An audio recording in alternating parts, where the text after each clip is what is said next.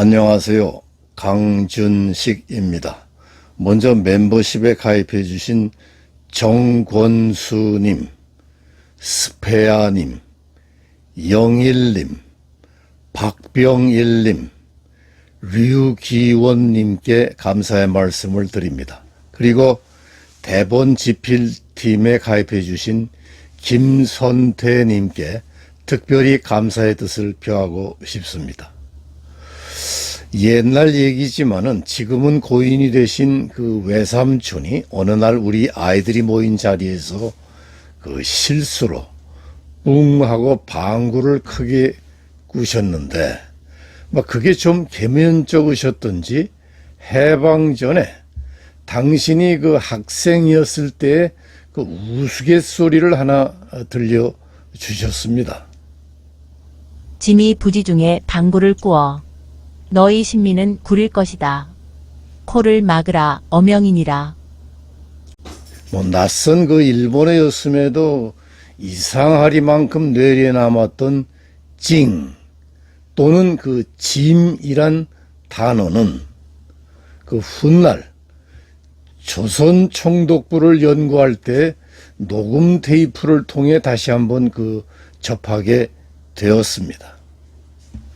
深く世界の体制と帝国の現状とに鑑み、非常の措置をもって自局を収集せんと欲し、そこに終了なる男児臣民に次ぐ秦は帝国政府をして米英史と四国に対し、その共同宣言を受諾する旨通告せしめたり。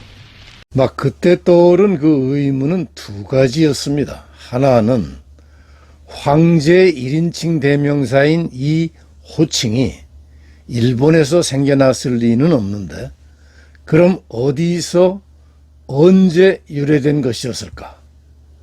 둘은 우리나라 역대 왕조에서도 이 호칭이 사용된 일이 있었을까 하는 거였습니다. 짐의 유래. 나 짐자는 어디서 온 걸까요? 어떤 글에 보니까 진시황이 처음 만들었다고 하던데 아닙니다. 상나라 때부터 있었던 글자이니 그 해설은 틀린 것이죠. 먼저 갑골문부터 살펴보겠습니다. 갑골문 그 왼쪽 밑은 사람의 그 두 손, 그 오른쪽은 쪽배를 스케치한 그림이라는 점에는 이견이 없는 것 같습니다. 다만 두 손 사이에 세워진 그 막대기, 세로 막대기에 대해서는 바늘이다, 자다, 삿대다 하는 등 의견이 분분하죠. 설문해자의 주석을 완성한 그 청나라 때의 훈구학자 단옥재가 내놓은 그 배의 틈새설이 가장 그 널리 퍼졌고 이 틈새설로부터 배의 침몰 조짐 또는 그 징조라는 뜻이 파생했다는 설, 배를 수리하기 위한 그 바늘이라는 설 또는 배를 만드는 데 사용하는 그 도구의 표준설 등 여러 가지 설이 나와 있는데 정설은 없습니다. 나 자신은 소수 의견인 그 삿대설을 지지하고 싶은데 그 이유는 다름 아닙니다. 다음 사진을 보세요. 오른쪽의 그 갑골문은 왼쪽에 있는 그 사진처럼 그 뱃사공이 두 손으로 삿대를 저어가지고 배를 움직이는 모양을 스케치했던 겁니다.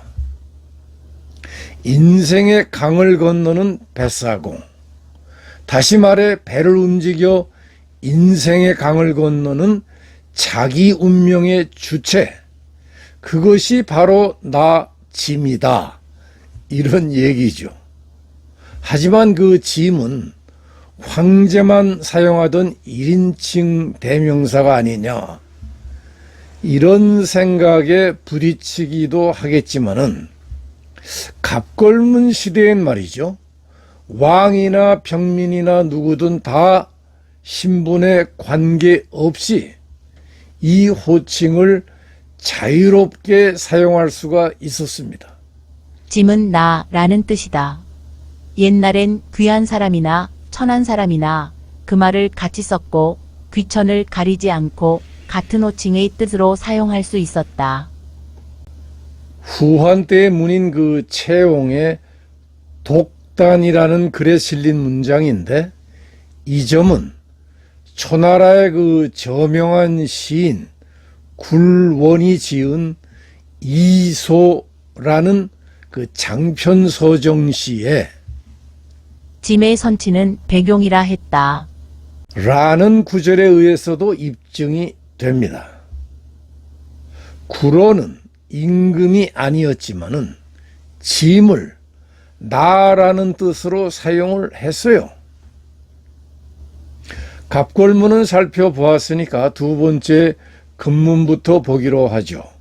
금문은 배의 위치가 바뀌었을 뿐 큰 변화는 없고, 세 번째 그 소전에 오면은 삿대를 두 손으로 받친 그 불화자로 바꾸었는데, 두 손을 줄인 그 받들 공자와 불화자를 합치면 불시 선자가 됩니다.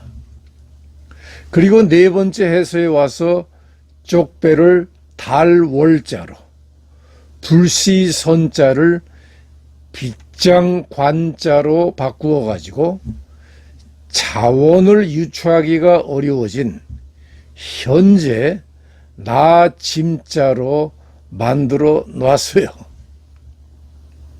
그에 앞서 소전은 진시황 때 만든 글자인데, 왜 갑걸문이나 금문의 삿대를 불시 선자로 바꾸었을까?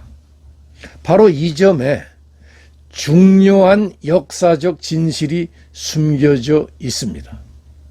앞에서 채옹이나 굴원의 사례를 언급했지만은 진시황 이전에는 평민뿐만 아니라 임금도 짐이란 호칭을 사용했는데, 가장 그 이른 사례는 공자가 펴낸 상서 요전에 보입니다.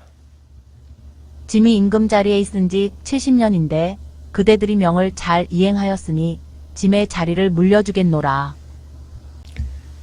이처럼 신분에 관계없이 누구나 다 사용하던 그 평범한 호칭을 진시황은 왜 자신의 전유 호칭으로 선택을 했던 걸까요? 강한 추진력과 엄격한 법 적용으로 백성들의 원한을 산 폭군, 또는 불로초를 구하고 분소갱유를 한 일종의 그 정신병자 비슷하게 사마천이 사기에 묘사를 해놓았기 때문인지는 몰라도, 진시황은 뭐 기고만장해가지고 짐이란 호칭을 독점을 하게 되었다는 식으로 해설한 글이 많습니다. 하지만 그 생각을 해보세요. 업적 면에서 보면은 그는 타의 추종을 불허하는 임금이었어요. 군사적으로는 대륙을 통일한 것도 대단한 일이었지만은 거기서 그치지 않고 만리장성을 건설해서 국방을 튼튼히 하는가 하면 화폐제도, 도량형, 문자를 그 통일을 했으며, 도로와 운하를 대대적으로 건설함으로써 경제 및 문화 발전에 눈부신 개혁 작업을 완수했을 뿐만 아니라 사상 최초로 중앙집권제를 확립했던 아주 탁월한 임금이었습니다. 역대 통치자들과 비교를 해본 결과 자신은 덕고 삼황, 곧 덕은 삼황보다 높고 공과 오제, 곧 공은 오제를 뛰어넘는다는 뜻에서 삼황의 황자와 오제의 제자를 떼어내어 가지고 황제라는 신조를 만들어냈고, 자신이 그 첫 번째 황제라는 뜻에서 시황제라는 명칭을 붙이게 한 겁니다. 진시황제 또는 진시황이라는 이름은 막 그렇게 해서 생기게 된 거예요. 진시황 이전 이름은 진나라왕, 곧 진왕이었죠. 이로 보면은 기고만장해서 짐이란 자칭을 독점했던 게 맞지 않느냐고 할 수도 있겠지만, 당시에 짐이란 말은 개나 소나 다들 사용하던 그 1인칭 대명사였는데, 하필 그 평범한 단어를 자신의 전유호칭으로 택했다는 게 좀 이상하게 생각되지 않나요? 기원전 219년 진시황이 전국을 순시하다가 산동반도 그 밑쪽에 들렀을 때에 승상 이사가 세운 낭야각석이라는 그 비석에는 이런 문장이 새겨져 있습니다. 이제 황제께서 천하를 통일하시어 군현을 설치하니 천하가 평화롭도다. 종묘를 빛내고 도를 실천하며 덕을 행해 존호를 완성하셨으니 이에 묻 신하가 서로 황제의 공덕을 칭송하며 금석에 새겨 이를 본보기로 삼고자 하노라. 이 문장으로부터 그 진시황의 자세는 도를 실천하고 덕을 행하려던 것이었고, 그 목표는 전국시대부터 끊임없이 이어진 그 지긋지긋한 전쟁들을 종식을 시키고 백성이 안정을 누릴 수 있는 천하평화에 있었다는 점을 알 수가 있습니다. 따라서 진시황의 그 마음가짐을 기고만장이나 패기 또는 객기로 보는 것은 적절한 해석이 아니에요. 진지한 자세와 천하평화의 목표를 감안할 때 그가 짐이란 자칭을 택한 것은 백성 누구나 사용할 수 있었던 평범한 1인칭 대명사를 황제의 고유 호칭으로 전환함으로써 자신이 천하 만민을 대표한다는 뜻이 내포되어 있었던 겁니다. 다만 종래 그 갑골문이나 금문과는 좀 다르게 글자를 고쳤는데, 그것이 바로 사태를 불시 선자로 바꾼 소전의 짐자입니다. 서양의 경우에는 불을 얻은 것은 프로메테우스였지만은 동양의 경우 불은 또는 불씨는 발흥과 번창을 뜻하는 동시에 권력의 그 상징이었어요. 이로써 그는 자신이 대표할 천하 만민이 탑승한 그 배에 불빛이 된 거죠. 또 고대인 그 홍수와 가뭄이 하늘의 그 대변자였는데, 배와 불씨, 곧 물과 불을 동시에 소유한 짐은 그런 맥락에서 하늘의 대변자라는 뜻도 되는 겁니다. 그럼 하늘의 대변자인 황제가 되기 이전의 진왕은 자기 자신을 뭐라 불렀을까요? 과인. 황제가 되기 전 진왕은 스스로를 과인이라고 불렀습니다. 과인은 과덕지인의 그 준말로 덕이 부족한 사람이라는 뜻이죠. 겸양이나 겸손의 뜻으로 그런 호칭을 사용했던 걸까요? 막 글자 그대로는 그런 뜻이기도 하지만은 이 호칭에는 보다 깊은 정치 역사적 의미가 담겨 있습니다. 한자 29강에서 성씨를 강의할 때에 그 언급했던 것처럼 상나라는 혈통 중심이었고 그 혈통은 하늘로부터 내려온, 다시 말하면 왕권 신수설 비슷한 그 개념이었어요. 그러나 상나라를 뒤엎은 주나라 지배층은 그 서북 쪽에서 내려온 유목민, 더 정확히는 서융 출신이었어요. 날씨가 추워져 가지고 남쪽으로 피난 내려온 그들 오랑캐에게 무슨 고귀한 혈통 같은 게 있었겠어요? 이에 그들은 혈통에 기반한 상나라 성씨 체계의 교란 및 무력화에 주력을 하면서 한편으로는 덕으로서 하늘에 짝한다는 이른바 이덕배천의 논리를, 통치 논리를 개발하게 됩니다. 즉 주나라 천자는 혈통이 아닌 그 덕으로 하늘을 대변하거나 대신하는 존재라는 거였고, 이 논리를 보다 정교하게 만든 사람이 바로 공자였어요. 이후 주나라가 쇠약해지면서 여기저기 일어나는 춘추 전국시대의 군주들은 주나라 통치 이데올로기의 세례를 받은 그 사람들이었죠.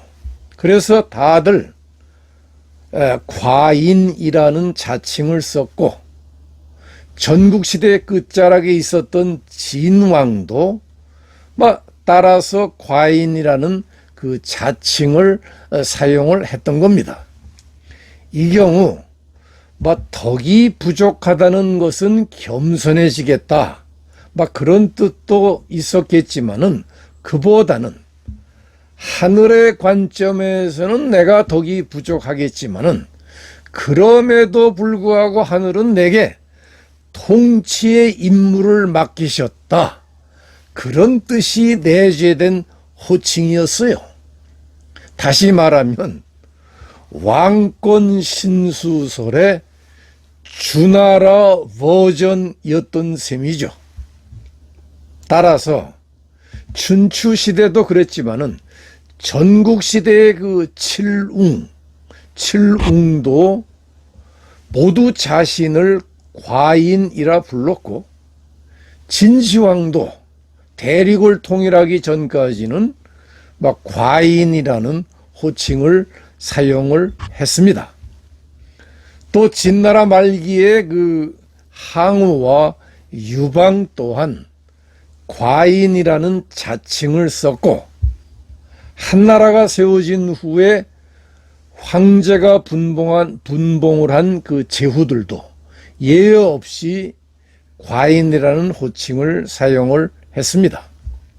그 후 북위와 북주, 수나라 때의 제후들도 과인이라는 자칭을 사용을 했지만은 당나라 때는 제후들이 과인 대신에 왕이란 호칭을 택하는 등 본왕이라 그러죠. 왕이란 호칭을 택하는 등 약간 예외적인 모습을 보이기도 했지만은 주나라의 그 통치 이데올로기, 덕과 관련한 이 통치 이데올로기는 그 후의 왕조로도 쭉 이어져 나갔습니다. 바로 그 주나라의 역사적 정치 문화의 연장선상에서 조선조의 왕들도 스스로를 과인이라고 칭했던 겁니다. 세종실록에 보면은 세종대왕이 이렇게 말했던 것으로 기록이 되어 있어요. 길 가던 나그네도 애석히 여기거든 어찌 과인만의 슬픔이겠느뇨. 세조실록에 보면 이런 대목도 보입니다. 과인의 오늘이 있음은 오직 그대의 공로에 힘입은 것이다.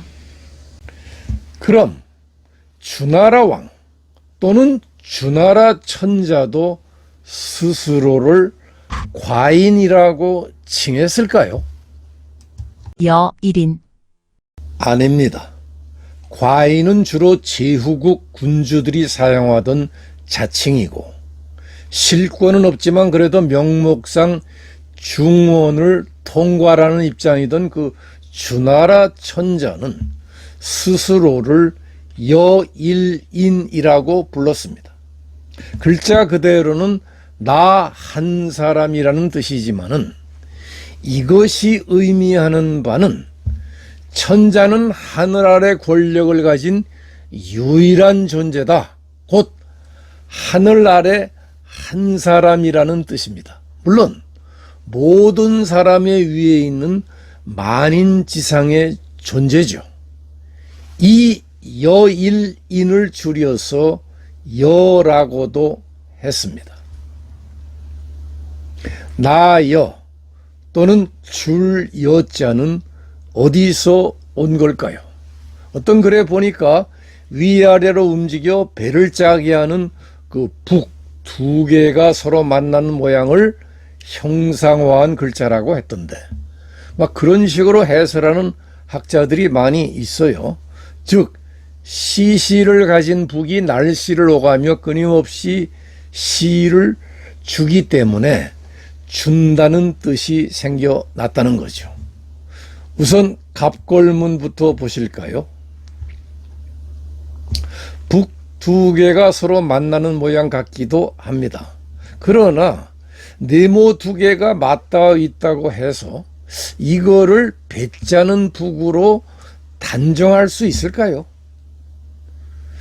청동기에 새겨진 나 여자를 좀 보도록 하겠습니다.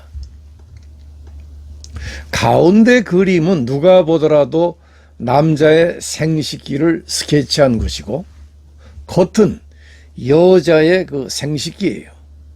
남녀 간에 성행위를 하고 있다 그런 뜻인데 이 점을 염두에 두고 나 여자의 변천 과정을 살펴보기로 하죠.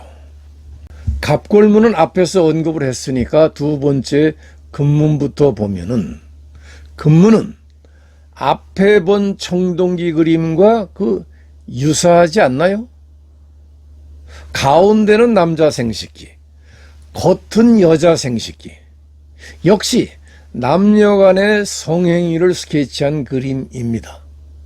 세 번째 소전에 오면 모양이 갑골문 형태로 다시 복원이 되면서 네모가 삼각형으로 바뀌었는데 밑에 올챙이 그림은 올챙이 같이 생긴 그림은 남자의 생식기를 표시한 거라고 합니다. 그리고 네 번째 해설에 와서 여자 생식기는 시라 가다카나의 마자 비슷하게 또 남자 생식기는 장정정자로 바뀌어 가지고 나 여자로 정착을 했는데 이 글자의 그 전체적인 의미는 이렇게 됩니다. 고대인은 사정으로 끝나는 그 성행위를 통해서 남자가 여자에게 주는 것이 있다고 생각을 했다 그래요. 씨를 주는 거죠. 여기서 준다는 뜻이 생겨나게 되었다는 거예요.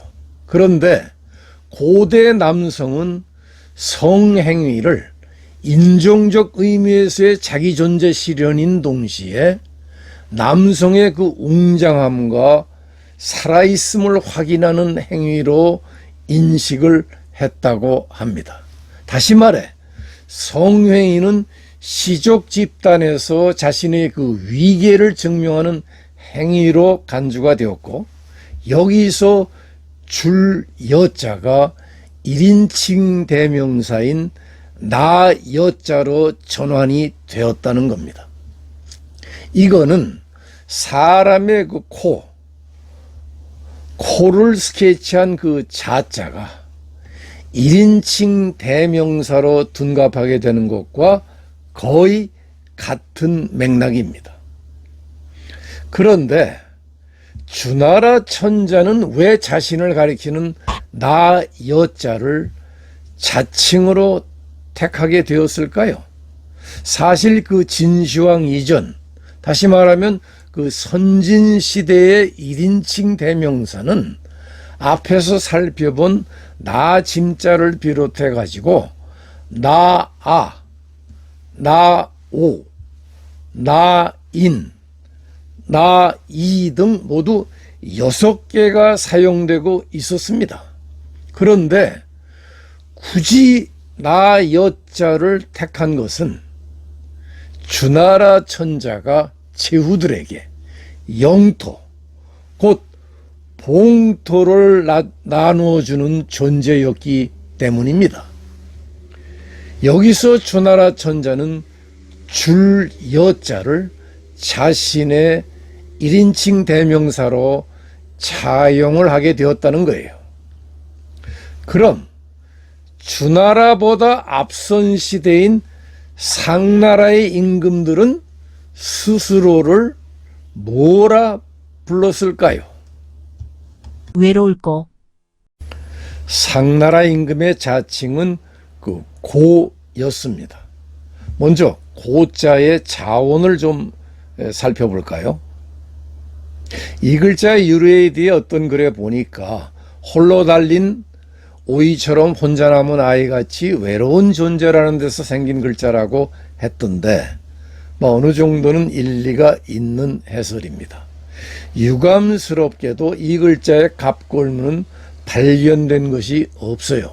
다만 연영성에서 출토가 된 고죽국 청동기에 다음과 같은 금문이 발견이 되었습니다. 한자 31강에서 언급했던 것처럼 고조선이었을 거로 해석되는 고죽국의 글자가 발견된 것이었기에 가슴이 설레지만은 그 얘기는 다른 기회로 미루고 오늘은 외로울 고자에 집중하겠습니다. 상나라 때는 갑골문이 중심이지만은 말기로 오면 금문도 아주 많았는데 이 금문은 바로 그 상나라 때의 것이에요. 왼쪽은 오이, 오른쪽은 아들을 스케치한 그림이죠. 밑그림은 학자에 따라 그 움집을 스케치한 거라고 주장하기도 하는데 분명치는 않습니다. 다만 밑그림은 나중에 생략이 된다 그래요. 뿌리도 없이 허공에 매달린 오이 같은 처지의 어린아이, 다시 말해 부모가 없는 아이를 고라고 하는 거죠. 맹자에 늙어서 자식이 없으면 독이라 하고 유아에게 아버지가 없으면 고라 한다. 라고 했습니다. 여기서 고아라는 말이 생기게 된 거죠. 그런데 상고시대에 적장자 중심의 가족 질서를 강조한 그 종법 제도는 아버지가 살아있는 한 아들에게 권력이나 지위를 물려주지 않는 것을 원칙으로 했어요. 따라서 권력이나 지위를 물려받는 것은 아버지가 돌아가신 후, 즉 고아가 된 뒤입니다. 상나라 때 임금들이 스스로를 고라고 칭한 데는 이 같은 배경이 있었다는 거예요. 즉 하늘이 준 권력을 이어받은 유일무이의 외로운 존재, 그것이 바로 고라는 거죠. 금문은 살펴보았으니까 두 번째 그 전국시대 근문을 살펴보기로 하죠. 짧게 전국이라고 표시를 했는데요. 이 전국은 아들과 오이의 위치가 바뀌었고, 세 번째 그 소전에 오면 아들과 동굴에 달린 그 오이 모양이 보다 선명하게 그려졌습니다. 그리고 네 번째 해서에 와서 이를 더 다듬은 외로울 고자로 정착을 했어요. 서북 유목민 출신으로 정통성이 없었던 그 주나라 지배층은 취약한 그 혈통 문제를 커버하기 위해서 하늘과 짝하는 것은 혈통이 아니라 덕이라는 통치 논리를 개발하고, 덕이 충만한 스스로를 하늘의 아들, 곧 천자라고 포장을 하면서 제후들에게 봉토를 나눠준다는 의미의 줄 여자를 자칭으로 선택합니다. 하지만 그 상나라의 경우에 지배층은 하늘로부터 받은 권력은 의당, 혈통으로 이어져 내려왔던 것이었기 때문에 뭐 천자니 뭐니 하고 포장이나 요란을 떨 필요도 없었죠. 그래서 그냥 제라고 했던 거예요. 그리고 그 권력과 지위는 유일무이하다는 뜻에서 고라고 자칭을 했던 거고요. 그럼 상나라 앞에 그 하나라의 경우는 어땠을까요? 하나라는 임금 후라는 자칭을 썼다고 합니다. 실제 하나라는 그 존재 여부도 확실히는 입증되지 않았기 때문에 뭐 그게 사실인지 아닌지 모르겠지만, 적어도 죽서 기년에는 후계, 후예, 후소강, 후발하는 식으로 후라는 호칭이 적혀 있기는 합니다. 그러면 그 주나라 하상주 이후, 주나라 이후의 임금들은, 역대 왕제의 임금들은 스스로를 어떻게 불렀을까요? 대한제국. 그 주나라는 봉건제도였기 때문에 지방에 대한 그 컨트롤이 약했어요. 뭐 초기엔 나름대로 그 권위가 있었지만은 중후반부터 권위가 점차 무너지기 시작하면서 각처의 그 제후들이 약진을 하는데, 막 그럼에도 불구하고 주나라가 아직 명목상이나마 종주권을 행사할 수 있었던 시대가 춘추 시대예요. 그러나 기원전 5세기경이 되면은 각처의 제후들이 영토를 넓히기 위해서 막 각축전을 벌이기 시작하는데, 이처럼 전쟁으로 점철된 시기를 전국시대라고 합니다. 대륙은 7개국으로 나뉘어 패권 다툼이 이어졌죠. 이 7개국의 수장을 흔히 칠웅이라고도 합니다. 그러나 아직은 주나라 정치 문화의 영향이 짙어서 막 각국의 군주는 스스로를 과인이라고 칭했습니다. 뭐 하늘이 볼 때는 덕이 부족하겠지만은 그럼에도 하늘이 통치를 맡긴 존재가 과인이다, 막 그런 뜻이에요. 센 나라에서 과인의 호칭을 사용을 하니까 약한 나라에서는 과인이라는 호칭을 피해가지고 주나라 이전, 곧 상나라 때의 호칭인 고를 주로 사용을 했어요. 그런데 춘추 시대의 오패였고 전국 시대 칠웅 중에 하나인 그 초나라의 회왕은 그 불곡이라는 자칭을 사용을 했습니다. 좌전에 이런 문장이 보입니다. 선왕의 뜻을 이어받아 불곡과 뜻을 함께함이 어떠한가? 불곡은 벼에 열매가 없다는 뜻으로 사람에게 쓰면 자녀가 없다는 뜻이 되는데, 그 본의는 왕이 자신이 다스린 나라에서 스스로 먹을 것이 없는 사람처럼 검소하게 산다면 그 나라에 어찌 태평성대가 이루어지지 않겠느냐 하는 일종의 반어법적인 호칭입니다. 그런데 전국시대 말기가 되면 영정이라는 인물이 진나라 왕의 즉위를 하죠. 영정은 진시황의 본명이에요. 진나라는 전부터 그 법가의 이념을 견지해 오던 국가였는데, 영정은 군주의 권력이 주나라식의 그 덕치 또는 덕술이 아니라, 덕으로 다스리는 통치술, 덕술이 아니라 무력 정복의 힘이 바탕이 되어야 한다고 생각했던 인물입니다. 과연 나머지 6개국을 정복하고 대륙을 통일한 그 영정은 그때까지의 그 자칭이었던 과인을 버리고 승상 이사 등의 도움을 받아가지고 새 호칭을 택하게 되는데, 그게 바로 짐이었다는 점은 앞에서 설명한 바가 있습니다.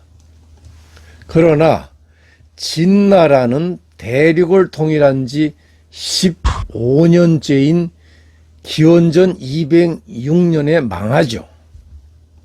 이어 등장하는 그 한고조는, 유방, 한고조는 자신을 나오자 오로 자칭을 했으나 그 뒤에 한나라 황제들은 짐이라는 자칭을 사용을 했고, 제후들은 과인이라는 자칭을 사용을 했습니다.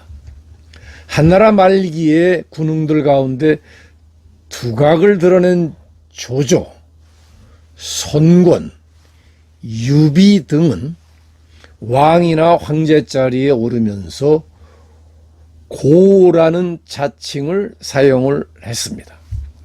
상나라 때의 자칭이죠.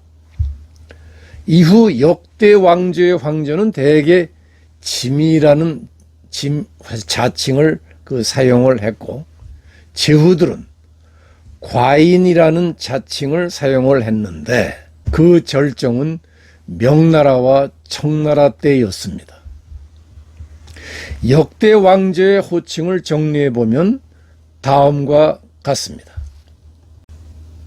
이처럼 대부분의 왕조가 사용했었고, 이 강의 앞부분에 소개했던 것처럼 옆나라 일본에서도 사용했던 짐이라는 자칭은 조선에서만 사용된 일이 없었던 걸까요?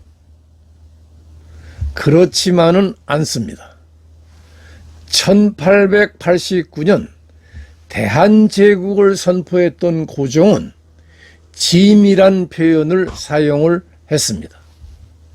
영의정을 역임한 심순택이 사직상소를 올렸을 때 그에 대한 고종의 비답을 기록한 고종실록에 짐이라는 표현이 기재가 되어 있습니다. 경의짐에게 정성과 성심을 다한 것을 짐이었지 예전부터 깊이 체득하지 않을 수 있었겠는가? 하지만 고종에 대한 제국은 이름뿐인 제국이었기에 짐이란 호칭을 사용했다고 해도 사실은 좀 맥이 빠지죠. 실제로 고종 이전, 곧 명나라나 청나라의 본국 또는 제후국을 자처했던 조선의 그 역대 왕들은 그 짐이라는 그 호칭을 입에 올리지도 못했어요. 과인이 전부였죠. 그럼 고려는 어땠을까요?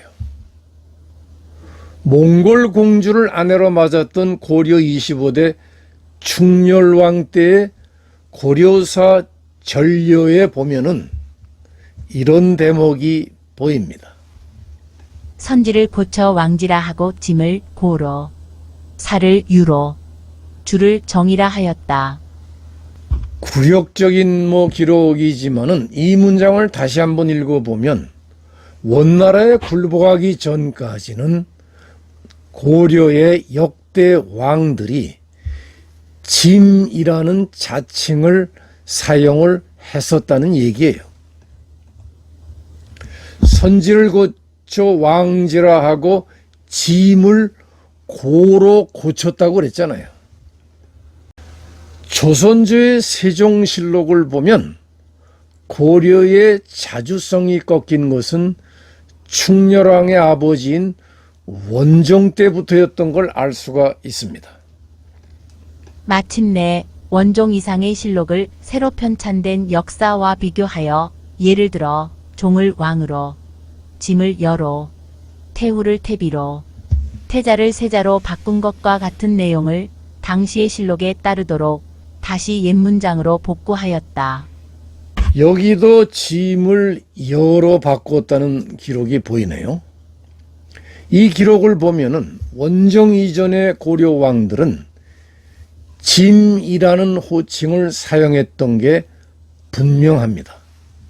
고려 앞에 고구려나 발해도 독자적인 연호를 사용했던 흔적이 보이기 때문에 그들도 짐이란 호칭을 사용했을 걸로 추정됩니다. 그런데 이 강의를 준비하면서 어떤 그 공인된 기관의 사이트에 이런 해설이 실려 있는 걸 보고 내 눈을 의심했어요. 고려 태조 때 천수, 광종 때 광덕이라는 연호를 사용하는 등의 일이 있었지만 모두 한때 참남하게 사용한 것에 불과했다. 한때 참남하게 사용한 것에 불과했다. 이게 뭡니까? 참남하다는 건 분수도 모르고 행동한다. 주제 파악도 못하고 날뛴다. 이런 뜻인데 독자적인 연호 사용을 참남하다고 해석하는 분도 있구나 싶어가지고 마음이 몹시 언짢았습니다. 오늘은 여기서 강의를 마치도록 하겠습니다. 장시간 경청해 주셔서 감사합니다. 이 영상을 재미있게 보셨다면 좋아요와 구독을 눌러주시고 알람 설정을 해주세요. 영상 제작에 큰 힘이 됩니다.